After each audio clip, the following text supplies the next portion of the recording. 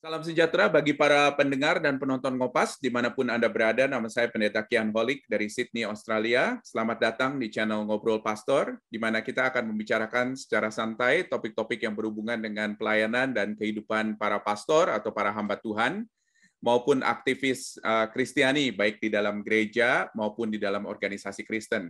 Nah, sebelum kita melanjutkan, jangan lupa untuk subscribe channel ini dan nyalakan loncengnya di YouTube, supaya apabila ada video-video baru yang kami upload, Anda bisa langsung dapat mengetahuinya. Hamba Tuhan adalah seorang yang tidak mungkin bekerja atau melayani sebagai Lone Ranger. Dia harus bekerja di dalam satu tim. Nah, apakah itu dengan pemimpin, apakah itu adalah sesuatu yang memang betul terjadi dengan pemimpin Kristen lainnya, seperti para majelis, pengurus, atau juga dengan sesama hamba Tuhan atau rohaniwan lainnya? Kalau begitu, bagaimana seorang hamba Tuhan bekerja di dalam tim pelayanan ini? Itulah judul edisi Ngopas ke-41, edisi ke-41 ini. Di edisi ini kita kehadiran seorang narasumber, yaitu Pendeta Emeritus Henry Efrin, PhD, dari GKI Anugerah Bandung. Pak Henry, selamat datang. Bisa tolong di-unmute dulu mic-nya? Ya, silakan Pak Henry. Selamat datang. Ya, Apa selamat kabar Pak datang Henry? juga. Ya, baik-baik. Baik, Pak Henry, mungkin bisa sedikit memperkenalkan diri kira-kira mengenai pelayanan, latar belakang pelayanan, dan juga keluarga. Mungkin banyak dari kita yang masih belum mengenal Pak Henry. Silakan Pak Henry. Ya, jadi saya alumni SAAT tahun 84. Di situ saya bertemu dengan my other half, ya, Ibu Lili yang tercinta. Sampai sekarang ini kami menikah, punya 2 anak, 1 perempuan, 1 laki. Nah, saya mengambil MDiv saya itu di Taiwan sebetulnya untuk memperdalam bahasa Mandarin juga sekalian, ya. Jadi tahun 92 saya pulang, langsung masuk ke pelayanan di Bandung, GKI Anugerah, sampai sekarang ini, jadi 30 tahun. Tapi di tengah-tengahnya ada kepotong, ya. Saya ke Amerika, 3,5 tahun untuk PhD saya di TEDS, itu jurusan Systematic Theology. Lalu setelah saya emeritus tahun 2018 kemarin, saya ke Amerika lagi ke Fuller, ya. 1 tahun untuk khusus mengambil bidang-bidang yang terkait dengan pengembangan dan pelayanan gereja, begitu. Sampai sekarang saya kembali lagi di Anugerah. Ya, selama ini selalu kami sambil mengembalakan sambil mengajar juga, ya. Begitu. Ya. Wah, setia sekali nih dengan GKI Anugerah. Berarti udah 30 tahun lebih nih Pak sekarang, Pak. Ya, 30 tahun, ya. Betul ya, oke, ya. Nah, tadi saya sebutkan bahwa hamba Tuhan adalah seorang yang tidak mungkin menjadi Lone Ranger. Setujukah Pak Henry mengenai pernyataan Amin, itu? setuju. Setuju. Nah, pertanyaannya apa? Kenapa harus begitu, Pak? Bukannya dulu kita sering mendengar begitu ya, banyak hamba Tuhan, pendeta yang Lone Ranger, semuanya dikerjakan sendiri gitu ya, bahkan juga ngetik warta sendiri begitu loh. Tetapi kenapa, Pak, sekarang tidak mungkin? Ya, sekarang ini memang zaman kita semakin lama semakin spesialisasi, begitu ya. Jadi termasuk di gereja pun kan kita tidak bisa menjadi orang yang ahli dalam semua hal, misalnya konseling sekarang, youth ministry, ya, pelayanan keluarga, family ministry, begitu kan ya. Sekarang ini digital ministry lagi, begitu kan. Jadi nggak mungkin, kita perlu tim, begitu kan ya. Nah, dasar Alkitabnya juga jelas sekali sebetulnya, ya. Di Perjanjian Lama itu Keluaran pasal yang ke-18 ketika mertua Musa, ya toh, dia ketemu dengan Musa setelah mereka keluar dari Mesir. Lalu dia melihat Musa itu cara memimpinnya ditekel sendirian semua, ya. Dia mengurusin begitu banyak orang dari pagi sampai malam. Justru bilang, nggak bisa kamu begitu, ya. Kamu harus mendelegasikan kewenanganmu, bikin tim, begitu ya. Dan akhirnya Musa mengikuti saran dari mertuanya. Dari Perjanjian Baru yang paling jelas adalah 1 Korintus 12, ya. Tubuh Kristus, kita punya berbagai macam karunia, tangan, kaki, mata, telinga, semua saling membutuhkan dan kepalanya adalah Kristus. Jadi jelas sekali. Ya, jadi ini adalah sebetulnya sesuatu hal yang sangat mendasar ya, bahwa di Alkitab sendiri pun juga bicara mengenai hal tersebut, bahwa kita mau tidak mau harus bekerja di dalam satu tim, karena tidak mungkin kita bekerja sendirian, boleh dikatakan. Apakah di dalam gereja ataupun di dalam organisasi Kristen. Nah, memang Pak, yang namanya bekerja dengan orang lain itu banyak sekali tantangannya, betul nggak ya? Dan pertanyaannya sekarang, kira-kira ketika seorang hamba Tuhan masuk ke dalam gereja, apa sih sebetulnya yang harus diharapkan oleh seorang hamba Tuhan itu? Mungkin banyak dari hamba-hamba Tuhan yang mendengarkan Ngopas ini baru lulus sekolah teologi nih, dan masuk ke gereja begitu loh. Nah, kira-kira apa yang mereka harus persiapkan, khususnya untuk mengetahui bahwa mereka harus kerja di dalam satu tim? Silakan, Pak. Ya, khususnya sebagai kalau dikatakan hamba Tuhan muda yang baru masuk ke dalam ladang begitu ya. Nah, itu masih banyak hal yang perlu dipelajarin. Jadi jangan terlalu cepat untuk mengambil kesimpulan-kesimpulan begitu kan ya. Kita harus mendengar juga pelayanan dalam satu tim, dan kadang-kadang ada kecenderungan hamba Tuhan muda itu agak berkelompok ya dengan yang sesama muda-mudanya yang mau mendengar pendapat dia begitu kan ya. Jadi dia merasa lebih at home ketika bersama dengan orang-orang ini. Nah, itu kadang-kadang sadar tidak sadar membangun mulai blok-blok ya. Ini kalangan yang muda, ini kalangan yang lebih senior begitu ya. Yang muda nggak suka sama yang senior, ya yang senior lihat yang muda ini sok kreatif, sok ini begitu ya, belum mengerti tradisi gereja. Nah, itu yang seringkali timbul masalah di situ ya, dan juga sehingga mempengaruhi tentunya keharmonisan daripada satu tim pelayanan dalam gereja itu. Gitu. Iya. Dan banyak juga para hamba Tuhan yang masuk ke gereja yang boleh dikatakan memiliki low resources. Jadi seringkali si hamba Tuhan ini juga yang melakukan banyak hal karena memang SDM-nya itu terbatas, Pak. Betul nggak? Jadi dengan kata lain, dia merasa juga sepertinya dia itu sebetulnya tidak punya tim. Hanya dia sendiri yang bekerja. Nah, kira-kira kalau misalnya di dalam hal-hal seperti itu bagaimana menurut Pak Henry? Ya, kalau menurut saya sih ini masalah rekrutmen dan pembinaan begitu ya. Yang kadang-kadang memang perlu waktu yang lebih panjang. Kalau memang gereja tersebut kekurangan SDM atau memang jemaatnya juga tidak terlalu banyak begitu ya. Tetapi saya rasa jadi perlu investasi waktu dan kesabaran ya. Karena kadang-kadang juga dari hamba Tuhan itu kurang sabar juga ya, karena kita kalau membangun tim itu kan perlu waktu. Lalu kita merasa bahwa orang-orang itu kurang terampil begitu ya. Mending gua kerjain aja sendiri lebih cepat, hasilnya lebih benar begitu kan ya. Jadi kadang-kadang kurang sabar juga begitu. Tapi ya memang mau membangun tim itu perlu waktu ya. Kita mentoring ya kan dan sebagainya, itu semuanya perlu investasi waktu. Tetapi kalau itu sudah terbentuk, nah kita akan menuai hasilnya pasti jauh lebih bagus daripada pada waktu kita masih single fighter begitu. Jadi mungkin dalam kenyataannya ketika masuk ke dalam gereja yang SDM-nya terbatas, mungkin si hamba Tuhan ini harus pertama-tama mungkin mengerjakan banyak hal sendiri. Tetapi ketika dia sudah bisa membina, mementorkan orang lain, dia bisa boleh dikatakan menghasilkan tenaga-tenaga baru, pada akhirnya dia mau tidak mau harus bekerja sama dengan orang-orang tersebut ya. Kurang lebih begitu ya, Pak ya? Betul ya. Oke. Dan memang membangun dan menantang orang untuk masuk dan ikut serta di dalam pelayanan dan memberikan ruangan khususnya kepada mereka untuk mereka melayani, itu memang bukan hal yang gampang kelihatannya ya Pak ya. Nah, mungkin Pak Henry bisa berikan lagi kira-kira tantangan-tantangan apa lagi yang mungkin bisa dihadapi seorang hamba Tuhan ketika dia bekerja di dalam satu tim. Jadi contohnya dia masuk ke dalam satu gereja yang mungkin sudah banyak spesialisasinya. Kira-kira tantangan-tantangan apa saja yang dia sering hadapi ketika dia bekerja di dalam satu tim? Silakan Pak. Ini kalau dalam konteks gereja yang sudah cukup besar ya. Iya, betul. Banyak ya yang ditanyakan itu yang begitu ya. Betul. Ya, jadi saya rasa hamba Tuhan itu yang pertama tantangan pada dirinya sendiri ya. Yaitu dia harus seseorang yang kurang aman ya pada dirinya sendiri itu cenderung dia akan kalau melihat orang lain yang barangkali cukup terampil atau bahkan dalam arti tertentu lebih dari dia dan sebagainya, dia akan agak merasa terancam begitu kan ya. Nah, jadi pada dirinya sendiri memang dia harus ada satu rasa aman ya, bukan self confident dalam arti ini ya, tetapi confident in God ya. betul-betul dia rasa amannya dia bangun di atas landasan yang benar, yaitu Tuhan sendiri. Bukan rasa amannya dibangun di atas prestasi dirinya, di atas pengakuan dirinya, ya di atas performance-nya, begitu ya.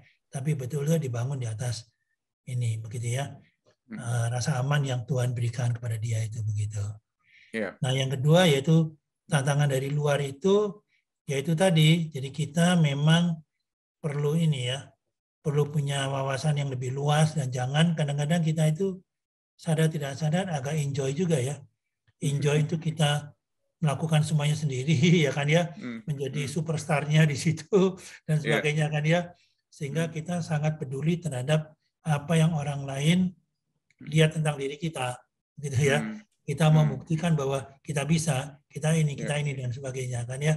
Nah, itu yang kita harus kembalikan sekali lagi kepada Tuhan juga itu ya. Di dalam kita maupun juga kita ingin penilaian atau pengakuan daripada orang lain itu, begitu. Ini yang saya rasa yang paling utama ya.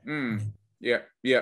Nah, memang sekali lagi ketika seorang masuk ke dalam sebuah gereja yang mungkin kekurangan SDM-nya ini, nah ini juga menjadi sebuah tantangan juga ya. Kalau tadi kan ke gereja yang SDM-nya sudah cukup lengkap boleh dikatakan, tetapi memang ketika masuk ke dalam SDM yang kurang begitu, itu pun juga merupakan sebuah tantangan.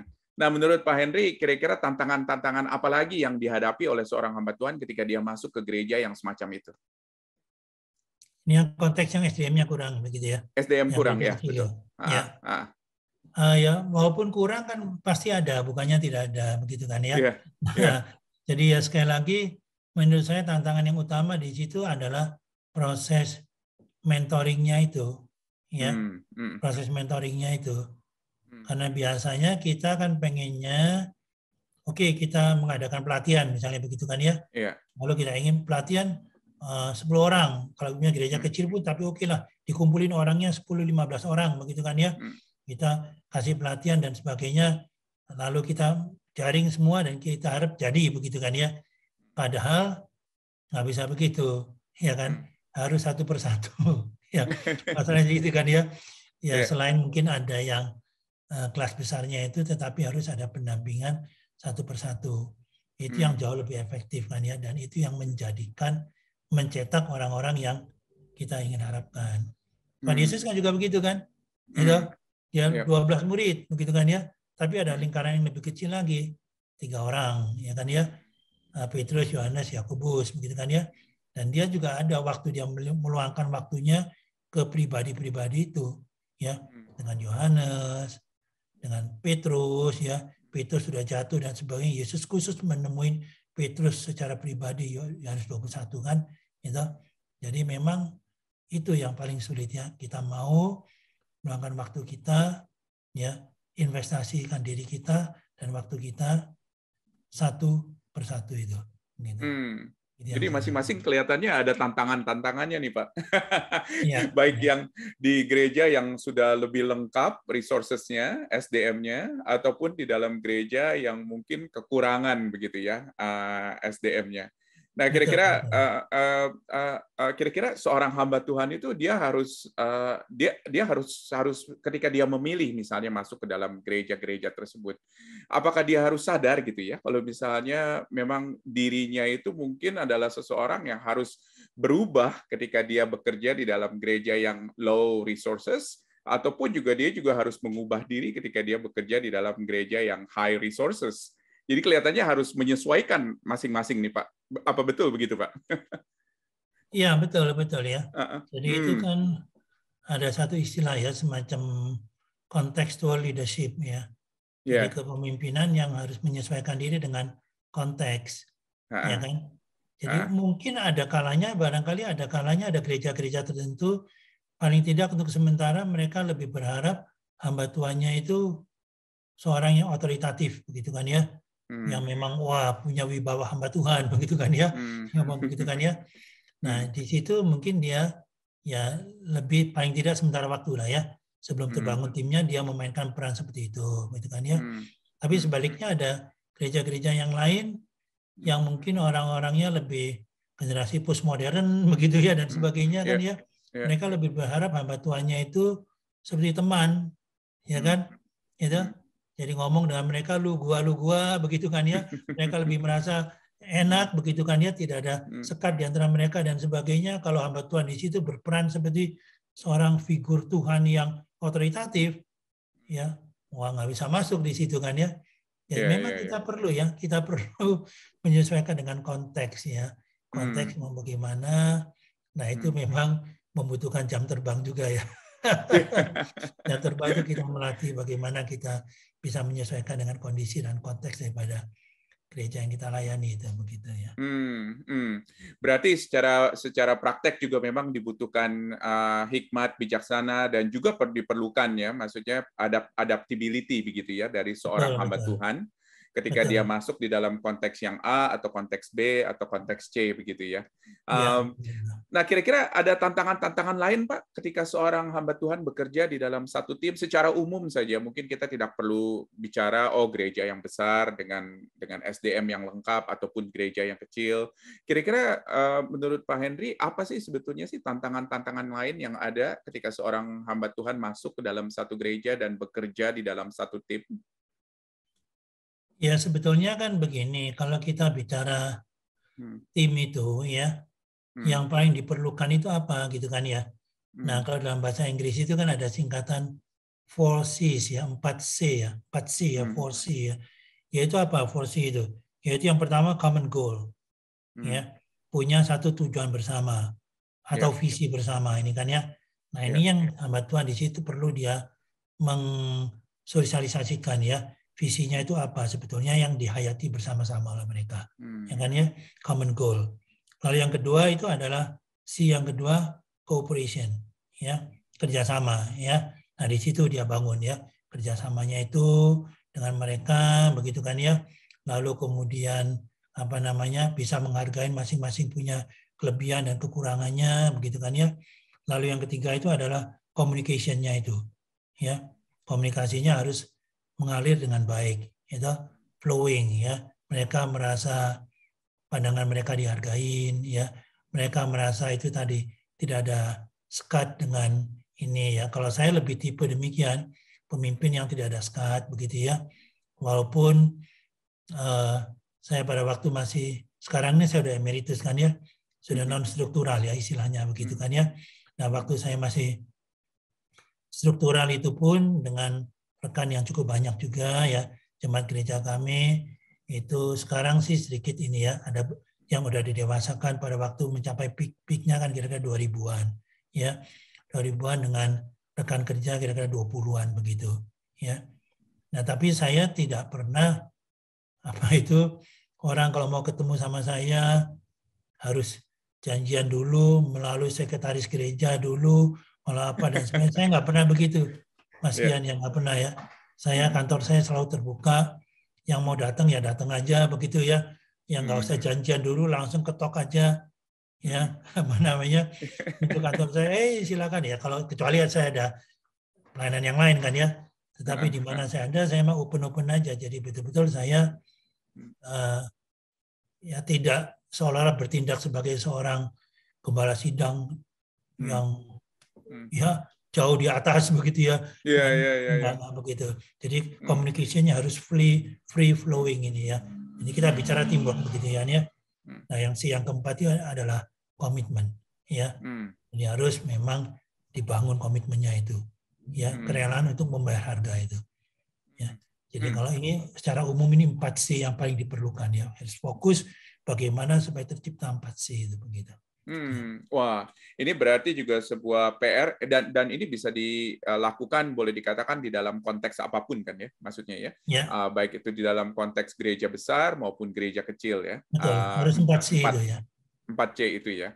Nah, memang sekali lagi ini betul-betul juga berhubungan dengan kepribadian daripada si hamba Tuhan tersebut ya, betul nggak? Jadi si hamba Tuhan sendiri pun juga harus tahu dia orangnya seperti apa dan bagaimana dia bisa melakukan 4C tersebut begitu loh maksudnya.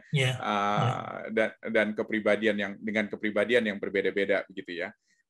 Nah, kira-kira 4C itu Pak, kalau misalnya kita coba jabarkan ya di dalam hal-hal yang lebih praktis begitu, Kira-kira apakah Pak Henry ada saran-saran begitu ya yang bisa diberikan khususnya kepada para hamba-hamba Tuhan muda, bagaimana mereka bisa lebih sekali lagi mempraktekkan 4C itu. Nah, tadi Pak Henry sudah bicara sedikit banyak, tetapi apakah ada contoh-contoh lain nggak ya untuk supaya dia bisa betul-betul menerapkan hal tersebut?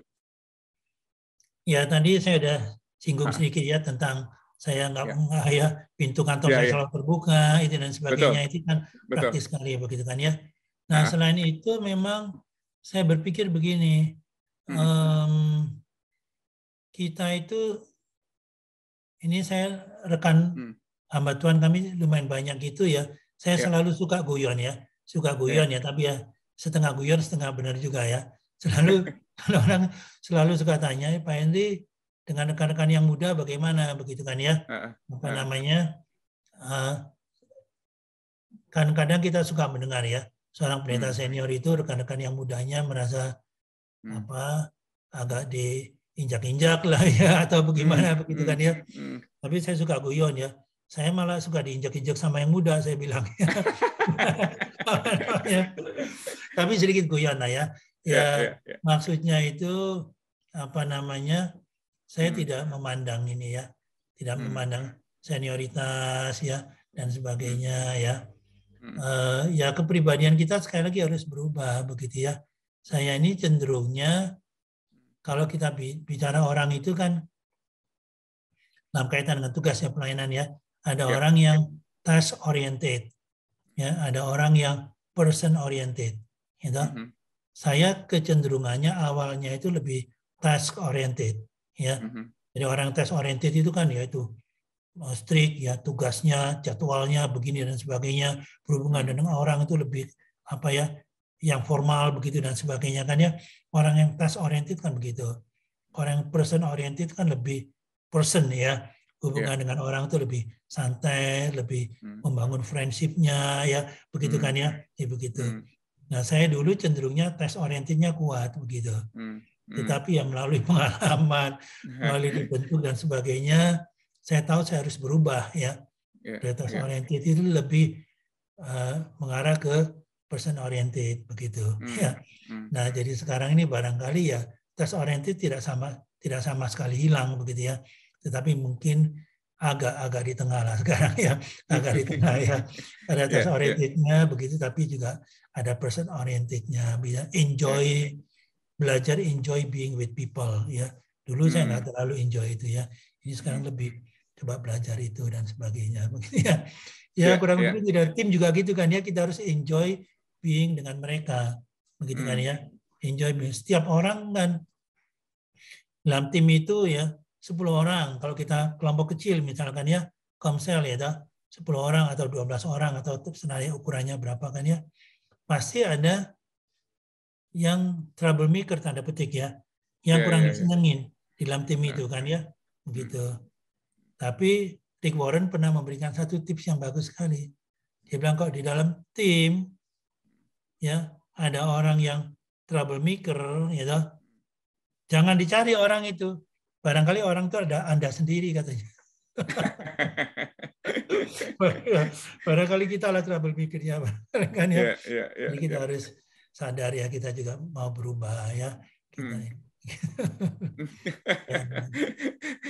Dan juga maksudnya di dalam keberadaan CC yang lainnya itu juga mungkin ditantang untuk kita berubah juga ya mungkin ya. Ya, Karena betul. maksudnya ada hal-hal yang mungkin bukan cocok dengan kepribadian kita, tetapi kita harus melakukan itu bukan. Kita harus Betul ya. mengerjakan itu juga pada akhirnya gitu loh. Nah, dalam Mungkin pengalaman sedikit Pak tadi Henry ya. kira-kira ada hal lain nggak yang mana Pak Henry mengalami perubahan selain tadi sudah cerita satu hal mengenai bagaimana dari task oriented menjadi person oriented? Ada hal-hal yang lain yang bisa Pak Henry ceritakan pengalamannya? Silakan. Bukan tadi ya, saya mau sedikit Hmm. tambahkan mengenai hal ini Oh, kan ya. ya, Apa silakan. itu common goal ya, Ya, kaitan dengan komitmennya kuat sekali ya. Kalau nah, orang goalnya jelas ya kan, visinya ya, jelas ya, dia mau bayar harga kan ya, komit hmm, untuk mencapai ke sana begitu kan ya. hmm, Nah, ini tips yang jelas untuk kita bagaimana kita punya common goal itu. Kan begitu. Ya kan? Nah, punya common goal ini kan visi bersama ya. Jadi di dalam proses kita menuju pada visi itu, ya, bagaimana kita melibatkan mereka semua sehingga visinya ini menjadi visi milik bersama, gitu ya. Ketika visinya menjadi milik bersama, begitu kan ya, bukan sesuatu yang didiktekan oleh pendetanya, oleh apa ya, kalian jalankan ini ya, ini pendetanya mau punya visi ini, begitu kan ya. Tapi visi ini jadi visi yang bersama, nah itu mereka akan bayar harga biasanya. Ketika mereka merasa ikut memiliki begitu. Nah, tapi prosesnya lebih lama memang, ya. Proses itu menuju membangun visi bersama kan lebih lama, ya. Mungkin ada perlu meeting berkali-kali dan sebagainya kan ya. Apa namanya digodok lagi kan ya, sehingga mereka sama-sama sense of belonging-nya terhadap vision ini kuat begitu. Nah, itu mereka komitmen pasti di situ ya, berharga begitu. Ya. Ya. Ada mungkin contoh-contoh yang lain dari C yang lain yang mungkin Pak Henry sendiri pernah alami secara pribadi, mungkin di mana Pak Henry betul-betul ada di dalam situ dan merubah diri. Silakan Pak, kalau ada. Merubah diri begitu ya. Merubah diri, ya mungkin saya teringat ini aja, spontan aja begitu ya. Yaitu bahwa kita itu by nature kan, kita tidak suka kritikan ya. Nggak ada orang yang suka kritik. Siapa yang suka dirinya dikritikan? Tidak ada begitu. Nah, tetapi kalau di dalam tim kan kita harus terbuka juga kepada kritikan, ya kan? Nah, saya teringat ya, satu kali ini kejadian sudah agak lama begitu ya. Ada 10 tahun atau 15 tahun bahkan begitu ya. Nah, itu satu kali kami di dalam satu pertemuan, ya, dalam satu pertemuan itu beberapa rekan itu mengkritik saya, ya, kritik terang-terangan ya. Rupanya mereka sebelumnya sudah ngomong begitu ya, sudah saling ngomong ya. Kita harus berani ngomong ini sama Pak Henry ini katanya. Jadi kritik terang-terangan ini Pak Henry ini sekarang mau menangnya sendiri, ya apa namanya, ada yang ngomong diktator begitu ya, pendapatnya susah ya, susah dengerin orang lain dan kalau udah punya mau ini susah berubah begitu kan ya. Saya kaget sekali ya, kaget sekali ketika saya dikritik kayak gitu. Dan ini adalah tim inti saya yang rata-rata orangnya sedikit lebih muda dari saya, ya, yang saya merasa punya andil untuk mengorbitkan mereka menjadi leaders seperti hari ini, begitu kan ya.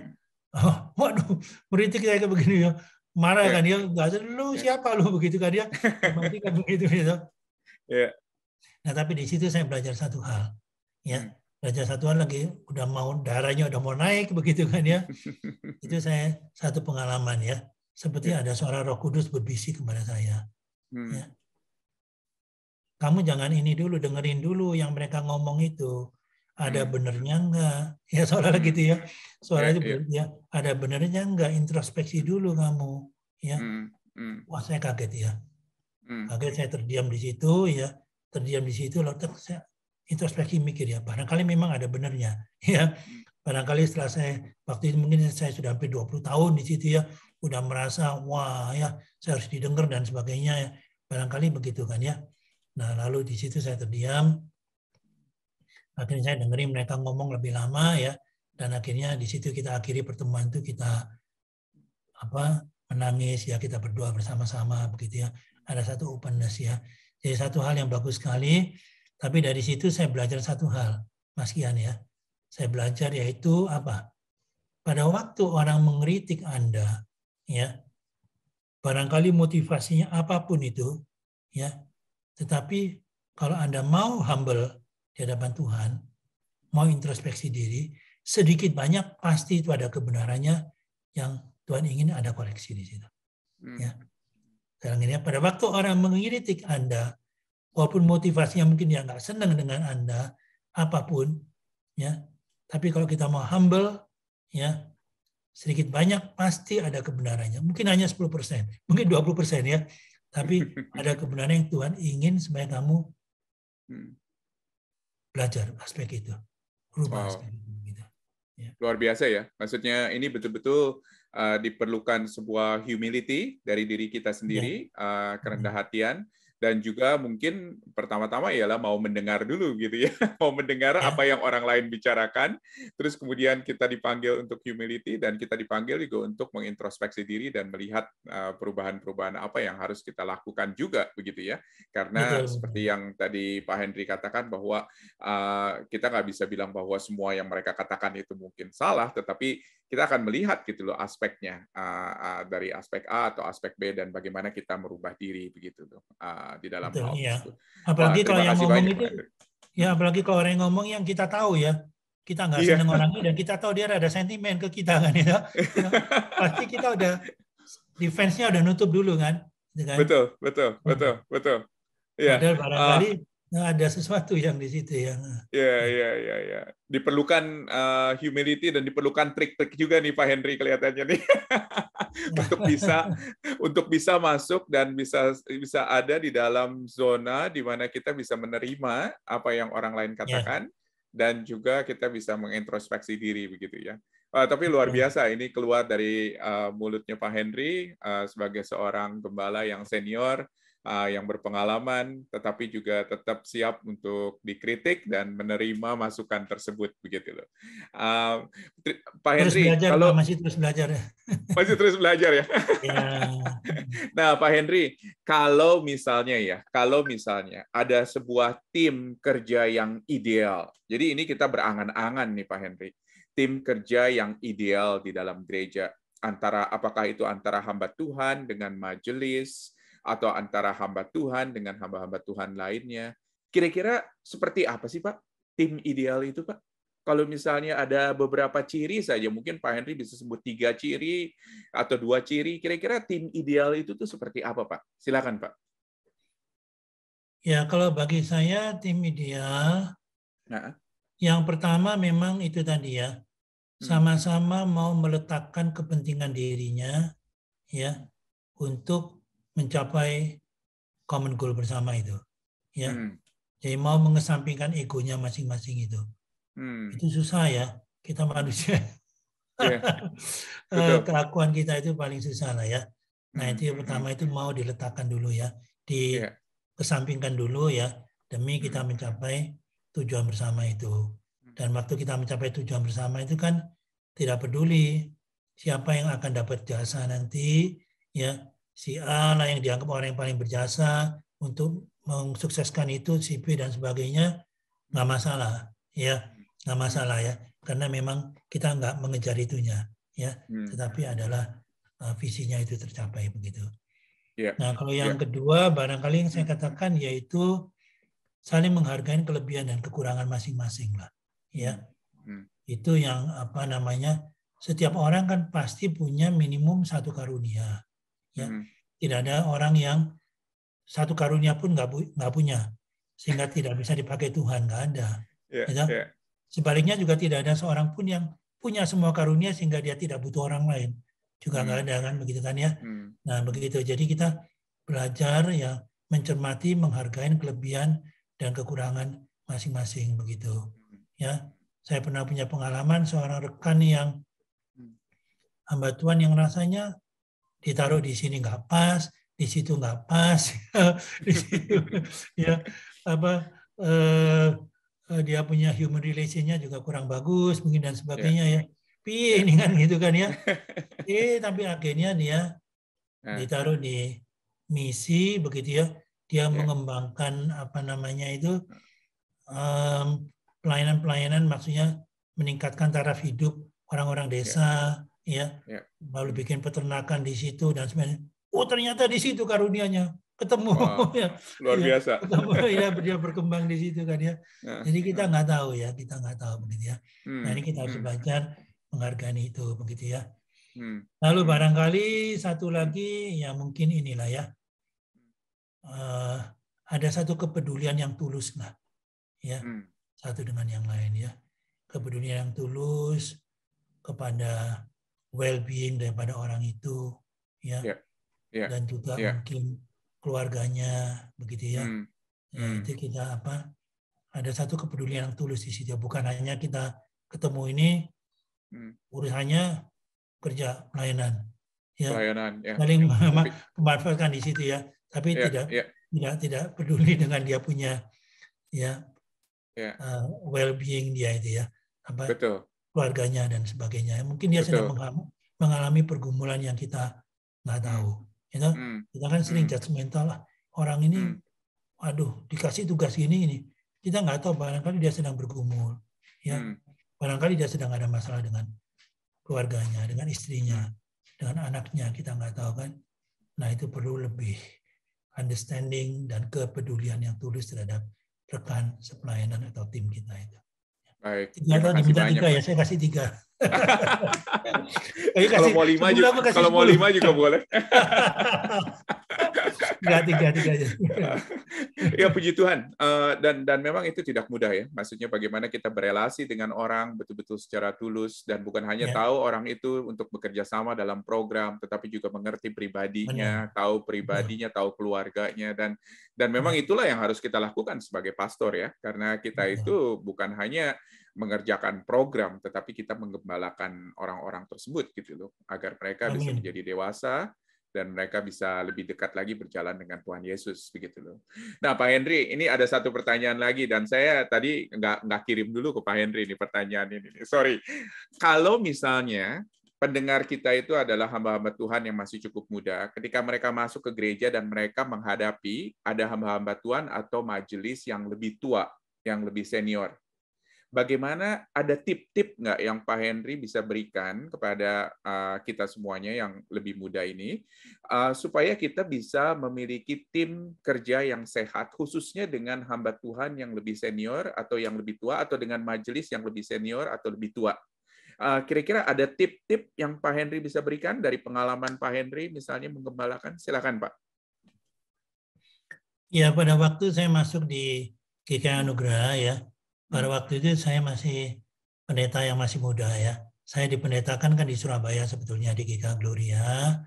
Nah, saya masuk ke GKI Anugerah itu dalam usia 37 tahun jadi ya. 37 tahun pulang dari Taiwan itu ya. Pulang habis saya dapat MDiv di Taiwan, masih muda sekali ya. Masih muda dan memang saya mengalami karena GKI Anugerah ini kan dulu juga asalnya background Chinese yang Toto juga. Nah, di situ kan senioritas biasanya sangat bermain di situ ya, begitu. Ya, betul. Jadi ya pertama masuk dan sebagainya ya mengalami juga sih ya benturan-benturan dan sebagainya. Saya merasa saya melakukan sesuatu yang baik ya. Saya berpikirnya progresif ya dan sebagainya. Ini orang-orang nggak ngelihat begitu ya apa namanya. Jadi kesel ya dan sebagainya bisa begitu ya, bisa begitu. Nah, tapi melalui proses pembentukan daripada Tuhan dan saya juga belajar ya, belajar tentang bagaimana menggembalakan dan sebagainya ya. Lama-lama memang saya melihat bahwa nggak bisa begitu ya, nggak bisa begitu. Apalagi kalau kita sudah mulai mengkubu ya. Nah, ini satu tips ya. Kalau kita masih muda, kita mengkubu ya, bikin kubu dengan kelompok yang muda-muda ya. Lalu kemudian kita mulai antipati kan ya dengan kelompok yang lebih senior dan sebagainya. Walaupun kita lebih banyak menang jumlah ya, tetapi kalau Anda tidak bijak, percaya saya, yang mental pasti ada. Ya. Karena orang yang senior walaupun sedikit jumlahnya, tapi mereka yang orang-orang yang sudah mengakar, ya, yang sudah dalam akarnya dan sebagainya ya, nggak bisa digoyang-goyang ya, begitu nggak bisa. Nah, bagaimana itulah seni Anda, bagaimana memenangkan hati mereka dan sebagainya. Bukan menjadi orang yang maksudnya harus menjilat, tidak ya, tapi kita bagaimana ya bermain ya, menampung yang muda tapi juga menghormati yang tua dan sebagainya ya. Itu satu seni yang kita perlu pelajarin ya. Nah, salah satu yang saya juga suka lakukan itu, saya apa namanya, kadang-kadang kalau di rapat dan sebagainya kan kita bisa beda pandangan ya dengan orang yang senior dan sebagainya begitu ya. Nah, saya selalu menjaga hubungan pribadi itu baik dengan mereka. Ya. Jadi walaupun kadang-kadang bisa beda pandangan agak tajam ya di rapat dan sebagainya, tetapi hubungan pribadi tetap baik ya. Pada waktu misalnya keluarganya ada kedukaan dan sebagainya, saya melayani dengan baik. Pada waktu misalnya dia sakit dan sebagainya, saya perhatikan besuk dan sebagainya ya. Ya. Nah, sehingga yang bersangkutan itu ya mereka tahu bahwa hanya perbedaan pendapat, tapi dia baik, ya, dia perhatian, dia menjalankan tugas pengembalanya dengan baik, ya, sehingga walaupun ada selisih-selisih pendapat dan sebagainya, tetapi itu sama sekali tidak mempengaruhi hubungan pribadi kita. Hubungan pribadi kita tetap baik semua dan sebagainya. Ya, nah itu saya kira sangat penting sekali. Ya, Karena berarti kadang-kadang kita suka gitu, ya, pendapat berbeda ini mempengaruhi hubungan pribadi, jadi ketemu orang itu jadi nggak enak ngomongnya ini. Betul, gitu kan, ya. betul. Jadi pendekatannya pendekatan pribadi kelihatannya nih Pak ya. Jadi bagaimana kita membina hubungan relasi pribadi yang baik dengan orang tersebut. Jadi walaupun kita ada perbedaan pendapat, kita tetap menunjukkan respect kepada mereka dan respect kepada mereka karena mereka memang adalah orang-orang yang sudah lebih senior. Ya, kaitan dengan ini saya ingat satu hal ya. Saya kasih Anda atau pemirsa Anda satu kalimat ya. Bahasa Mandarin ya. Bahasa Mandarin ada satu kalimat ya. 有关系就没有关系，没有关系就有关系。Ya. Itu permainan kata kuansi. Ya. Kuansi itu ya bisa berarti hubungan, bisa berarti ada masalah, bisa berarti begitu. Jadi kalimat itu saya terjemahkan ya bebas begini. Kalau ada hubungan, jadi tidak apa-apa. Tapi kalau tidak ada hubungan, jadi apa-apa. Ya, kalau kita ada hubungan baik dengan seseorang, ada masalah, jadi nggak apa-apa, nggak ada masalah. Ya.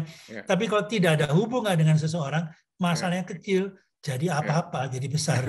Ya, sangat benar sekali itu. Percaya saya ini yang muda-muda ya. Kalau ada hubungan, jadi tidak apa-apa. Tapi kalau tidak ada hubungan, jadi apa-apa. Wah, terima kasih nih tipsnya nih, kelihatannya ini tips dari pengalaman bagaimana seseorang yang sudah ada di dalam pelayanan selama 30 tahun lebih dan bisa betul-betul mengalami asam dan garamnya, boleh dikatakan. Dan memang triknya itu kelihatannya menurut saya ialah bukan hanya menjaga hubungan dengan orang-orang yang berpengaruh atau orang-orang yang lebih senior, tetapi juga jangan juga melupakan mereka yang ada di bawahnya, gitu ya. Ini karena adalah generasi berikutnya yang akan datang masuk ke dalam gereja yang akan juga bekerja sama dengan kita, gitu. Ya, dan itu pun juga memang dibutuhkan sebuah seni juga, gitu ya, kepada yang muda. Tetapi kepada yang muda mungkin lebih mudah dibandingkan kepada yang tua ya Pak ya. Apa enggak juga? Ya, baik. Terima kasih banyak Pak Henry. Waktu kita nih, wah kelihatannya udah memisahkan kita.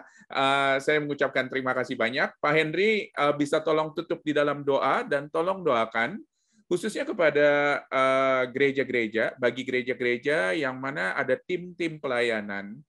Dan saya yakin banyak tim-tim pelayanan yang tidak berfungsi atau disfungsional begitu ya pada saat ini. Dan yang mana memang betul-betul diperlukan sebuah hikmat bijaksana di dalam pendekatan, di dalam penyelesaian masalah. Dan juga buat tim-tim yang baru nih, gereja-gereja yang baru, saya yakin juga perlu kita doakan bersama-sama. Minta dengan hormat Pak Henry untuk menutup kita dalam doa. Terima kasih. Ya Tuhan yang mengasihi kami datang kepadamu bersyukur untuk kesempatan kami boleh sharing-sharing melalui podcast dari rekan kami, Pendeta Kian Holik ini ya Tuhan.